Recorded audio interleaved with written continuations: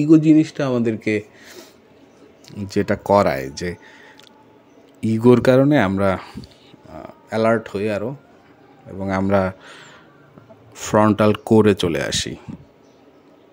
তো মূলত আপনি দেখবেন যে আপনার ব্রেনটাকে আপনি যদি কখনো স্টাডি করে থাকেন, ব্রেনের ফ্রন্টাল মোটর আছে এবং ব্যাকওয়ার্ডে যে মোটর আছে, এই মোটর দুইটা মূলত আপনার ডিসিশন মেকিংয়ে হেল্প করে।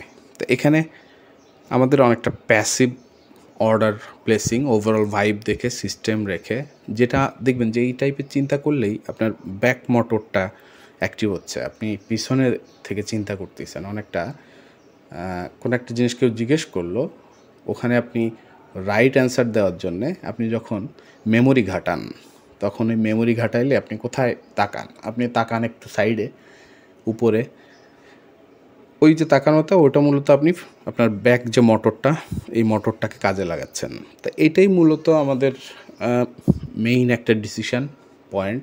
আরেকটা হচ্ছে যে আপনার ফ্রন্টাল মোটর, যেখানে আপনি খুব তীক্ষ্ণ হয়ে যান এবং আপনি ফ্রন্টালি চিন্তা করতেছেন এবং আপনি স্ট্রেট চিন্তা করতেছেন, টু দ্য পয়েন্টে চিন্তা করেন, এবং এ কারণে ওই সময় আপনি ফ্রন্টালি আপনার ভ্রুটা কুঁচকে যেতে পারে। এই জিনিসগুলো আপনি যখন বোঝেন যে ব্রেনের অ্যাক্টিভিটিস, আমরা যখন চিন্তিত তখন আমরা টেনশন এবং আমাদের টেন্সড একটা মোমেন্টাম, এবং সেই সময় আমরা কি করতেছি, আমরা খুবই চোখ ভ্রু ট্রু কুচকাই ফেলতেছি এবং আমরা ওই সময় টু দ্য পয়েন্টে চিন্তা করতেছি। এবং আমরা তখন অনেকটা কেন করি এই যে ফ্রন্টালে যখন করি, তখন কেন করি? তখন মূলত আমরা টেন্স থাকি, তখন আমরা ইনসিকিউরিটিগুলো নিয়ে আমাদের মাথায় আসে এবং আমরা চিন্তিত হয়ে যায়। অনেক সময় চিন্তিতা থেকে দুশ্চিন্তা আসে। ওই দুশ্চিন্তা থেকে আমরা ওই সময় এমন কিছু অ্যাক্টিভিটিস করি এক্সিকিউশানে, যেটা নট অ্যাকর্ডিং টু আমার রুলস। তার মানে আমাদেরকে সবসময় ব্যাক মোটরটা দেখতেছি যে সেফ। ব্যাক মোটরে আপনি থাকলে আপনি দেখবেন যে আপনি স্ক্রিনে যখন তাকান, ব্যাক মোটরে গেলে আপনার স্ক্রিনটা মোটামুটি একটু জুম আউট হয়ে যায় এবং আপনি বাইরে চলে আসেন, আপনি উপর থেকে চিন্তা করতেছেন। আর ফ্রন্টালে গেলে আপনি দেখবেন যে আপনার অনেকটা ডেস্কটপের দিকে তাকায় আছেন, আপনার মোবাইল বা ল্যাপটপ, এবং অনেকটা ওই দিকে মনোযোগ। তো মনোযোগের কেন্দ্রটাকে আপনি দেখেন কনসেপ্টে আনতে হবে, যে কনসেপচুয়ালি আমরা ডিফল্ট বেসে যাচ্ছি, বা যাওয়ার জন্য আমাদের সবসময় একেবারেই সলিড একটা আইডিয়া যেটা আমরা জানি এবং সেটাতেই ট্রেড করব।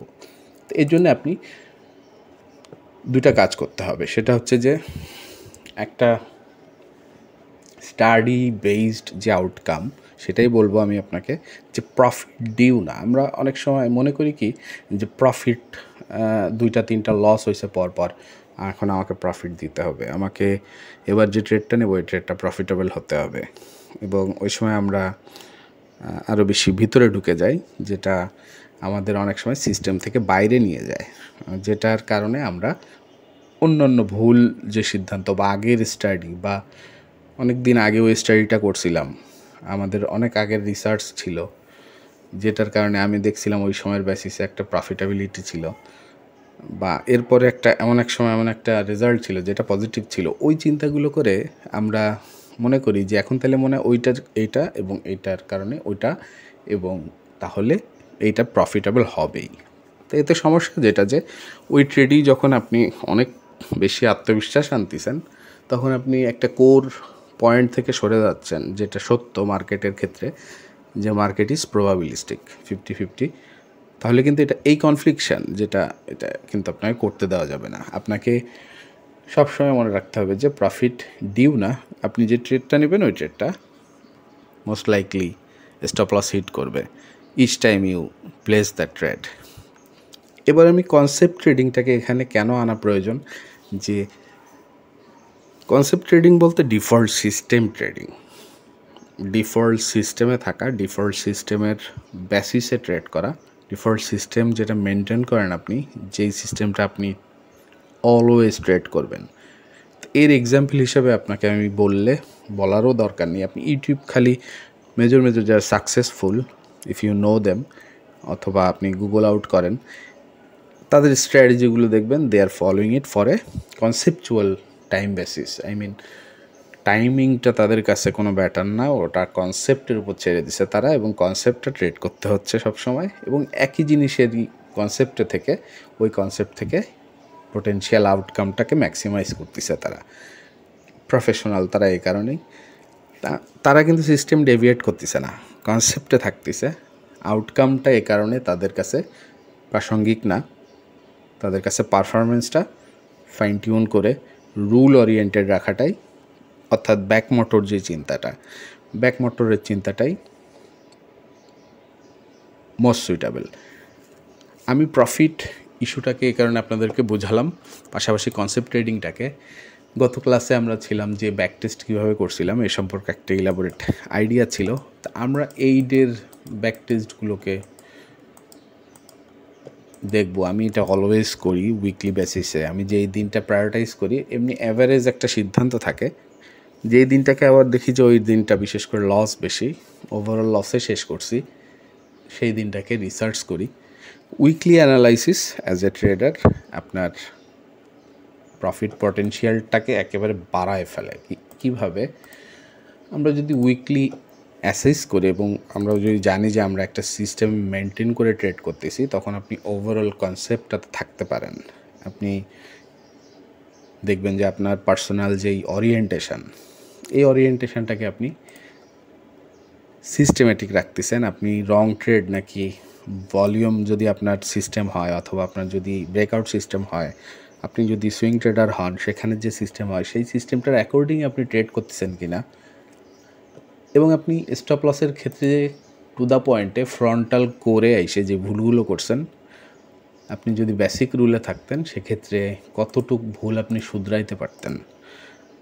তার মানে আপনি কারেকশান ফেজটাকে প্রায়োরিটাইজ করতেছেন, একটা সিস্টেমের কারেকশান ফেজকে, যেই সিস্টেমটা আপনি অলওয়েজ ফলো করেন, আপনি জানেন যে এটা প্রফিটেবল, আপনি you learned it, there is no doubt, but আপনার এক্সিকিউশন ইরোরের কারণে প্রফিটেবিলিটিটা আসতেছে না। কম্পারেটিভ ইমপ্রুভমেন্টটা আপনাকে দেখতে হবে, যে কম্পারেটিভলি আপনি যদি আপনার ডিফল্ট সিস্টেমে থাকতেন, আপনি যদি ইরোর না করতেন আপনার প্লেসমেন্টে, সেক্ষেত্রে আপনি কী ধরনের গেইন করতে পারতেন।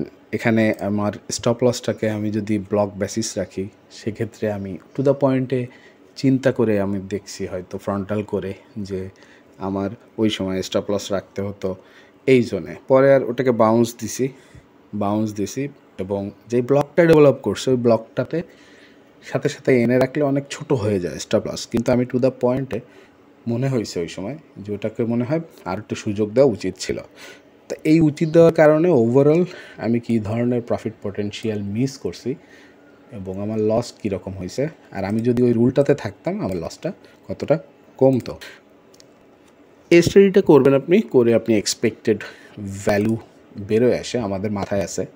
তো এক্সপেক্টেড ভ্যালু নিয়ে আমি এখানে ইভি কনসেপ্ট, যেটা যে আপনি এক্সপেক্টেড ভ্যালু, ইভির মূল কনসেপ্ট হচ্ছে যে ইভিতে আপনার এই দুটাকে কম্বাইন করে প্রফিটেবিলিটিটা বের করে লং টার্মে প্রোগ্রেস করতে হবে, যেটার জন্য ট্রেডাররা বিভিন্নভাবে নিজেদেরকে প্রিপেয়ার্ড করতেছি। আমরা কেউ করতেছি অনেক বছর ধরে, কেউ করতেছি হয়তো রিসেন্টলি, কেউ আবার মার্কেটে বিভিন্নভাবে আছে, বিভিন্ন মার্কেটে, কেউ আবার ওভারঅল দেখা গেল যে একটা সাস্টেনেবলি ট্রেড করতেছি। ওভারঅল কিন্তু আমরা সবাই করতেছি এটা।